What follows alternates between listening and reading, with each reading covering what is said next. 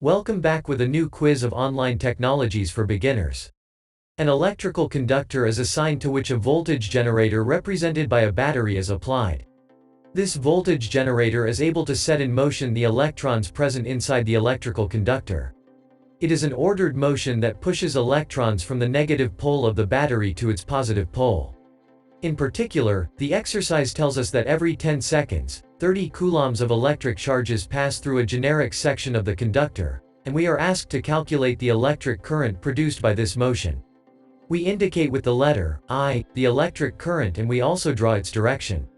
Recall that by convention the electric current is represented by the motion of positive charges. In our case, the moving charges are electrons that have a negative charge, and therefore the direction of the electric current is opposite to that of the electrons. Well, with this observation, we have established the direction of the electric current.